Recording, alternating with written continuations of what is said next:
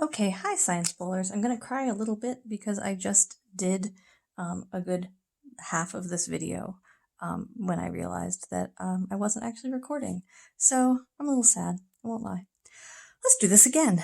All right, capacitors.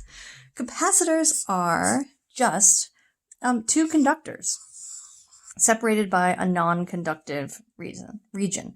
So you can have two parallel plates as a parallel plate capacitor, very popular. You could have a spherical capacitor or a cylindrical capacitor if those are two concentric cylinders. The first capacitor was something called a Leyden jar. It was based, I think it was a glass jar with foil on the inside and the outside. And what they realized is that it could store charge. So capacitors are good for storing charge and therefore energy. Okay. Now, if you want to store a lot of charge, you can help yourself out by filling your capacitor with something called a dielectric. Okay. So, dielectrics work because they get polarized in this electric field that the capacitor sets up, and what that does is it reduces the electric field, so you can actually store more charge. But what's important for you guys is more polar means a bigger dielectric constant. Okay, so when you think about polar, probably water comes to mind. There are actually things called water capacitors. You might actually be confused a little bit. Water is actually like water in our daily life is actually a good conductor, but that's because it has dissolved ions in it. And those are actually the things that conduct the electricity. But if you have deionized water, it's actually quite a good insulator. And because it's so polar, because it polarizes so easily, water is actually used as a dielectric in water capacitors. However, that's not practical for everything, so often you'll see discussions of like paper or glass or plastic, things like that. Okay, so let's draw a parallel plate capacitor again and define some things. So there is a potential difference across, sorry about the shaking, potential difference across the capacitor, and there are equal and opposite amounts of charge on each of the plates. Okay.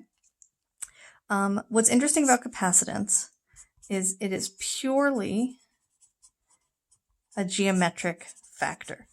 What I mean by that is the amount of capacitance in a capacitor has only to do with the size and shape and orientation of the plates.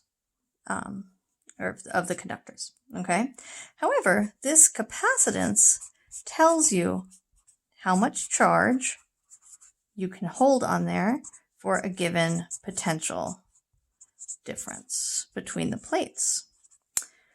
And for science bowl purposes, you probably need to know your units. Capacitance is in farads, charge is in coulombs, and voltage is in volts. Yeah? Usually the nicest way of writing this is Q equals CV. That's sort of the way you see it a lot. Okay? Cool. Let's talk a little bit more about that geometric factor. So I want you to imagine this parallel plate capacitor. Gosh, I'm really good at drawing. Okay. So there is a distance d that they're separated by, and the plates have a size A. Okay? And the capacitance is given by epsilon naught A over D, where epsilon naught is something called the permittivity of free space. So again, I said this is geometric, so it just tells you how big these plates are and how far apart they are.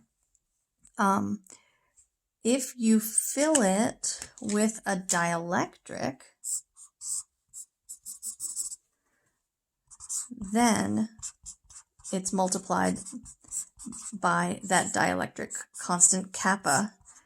And kappa epsilon naught is often just called epsilon, and that is the permittivity of that dielectric material. Okay?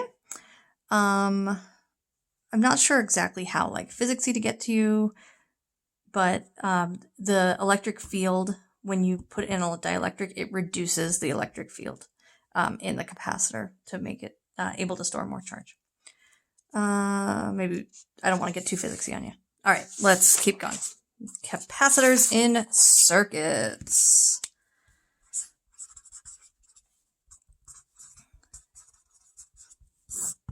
Okay.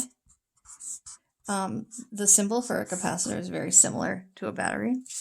Remember that battery has an EMF, or voltage, and that pumps out a certain amount of charge. And that charge that it pumps out is equal to the capacitance, right? The amount that it can hold, times the voltage, which in this case is the EMF for this very simple circuit. All right, series. Series, series, you get the same charge on each plate. And when you do that, and you do the math, you get an equivalent capacitance for the circuit, which is this inverse stuff. For parallel, it's the same voltage.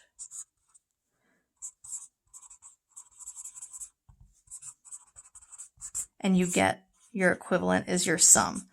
So these will look familiar, right? It's the opposite of resistors. Resistors add when they're in series and do the inverse stuff when they're in parallel. Just before I move off from capacitors, I know that we've seen this before. Energy. The energy stored in a capacitor, 1/2 CV squared, or Q squared over 2C. I feel like that we've seen something like that before. All right, moving on, because I'm trying to get through, I don't know, a lot of stuff. Okay, let's do forces. Forces on charges. I have a Q1, I have a Q2. They're a distance r away from each other, right? Coulomb's law says that. Okay? Coulomb's constant is K, and it is also equal to 1 over 4 pi epsilon naught. We just saw epsilon naught. Epsilon naught's the permittivity of free space. And K is like 9 times 10 to the 9th with appropriate SI units. What? Newton meter squared per coulomb squared, right? These are coulombs. That's a meter. That's a Newton. This is an inverse square law. Inverse square laws, you see where else? Let's see. You see light intensity, gravity. So gravity looks like this, where that's the universal gravitational constant, 6.67 times 10 to the negative 11 with appropriate units. How was big G discovered? That's the Cavendish experiment with a torsion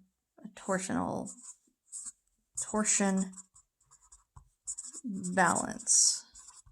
And this is a really, really hard calculation, or hard experiment to do. Remember, of course, that in general, sorry, I just looked at this piece of paper. That looks horrible. Hopefully you followed it. Inverse square law, remember, if you double the distance, you get a quarter of the force or intensity, whatever's appropriate. Okay. Let me make sure I got everything I want there. Okay. Let's just keep walking through. All right, let's say I put a charge here.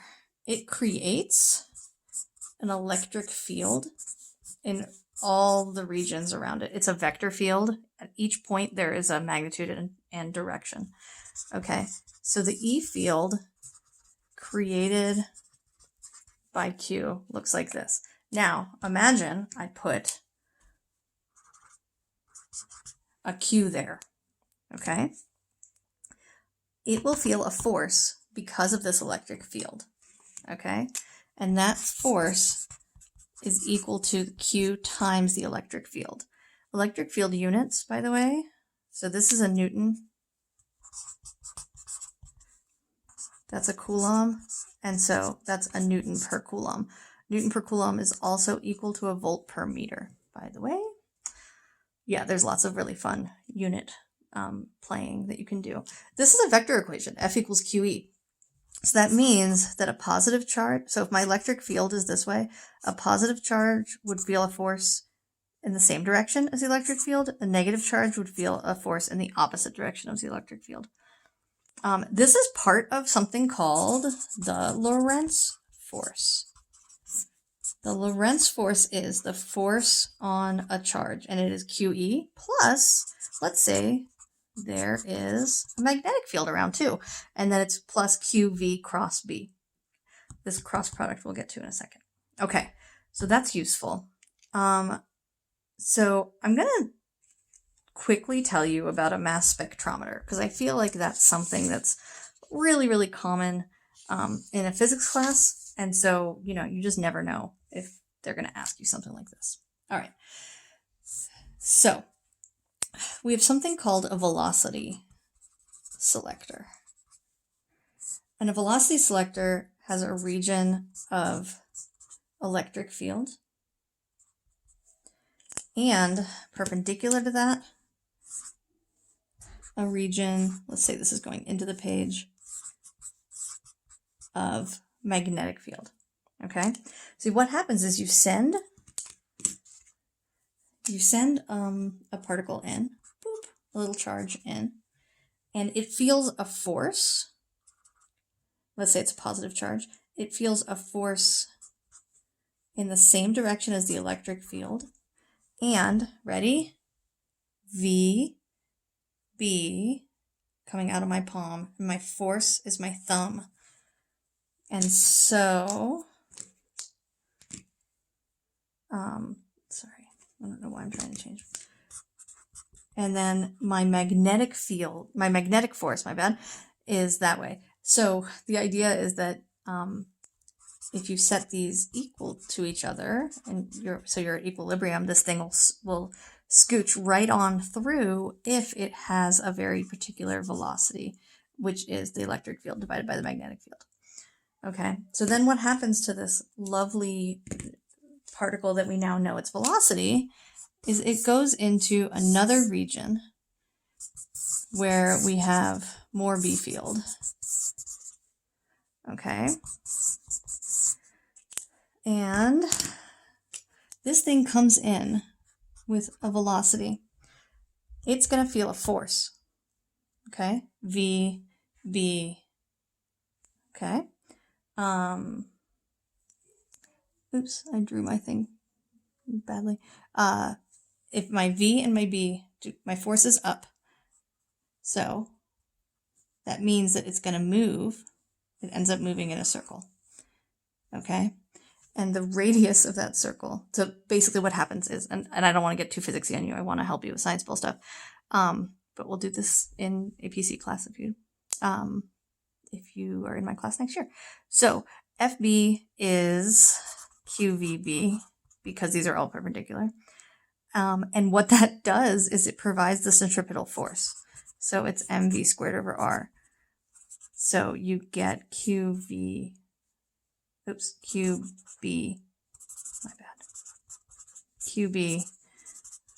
over mv for the radius of curvature. So you can look at this radius and you can tell information about the charge to mass ratio, because it's a known B and it's a known V because you sent it through a velocity selector. Anyway, maybe some of that is useful. I hope so.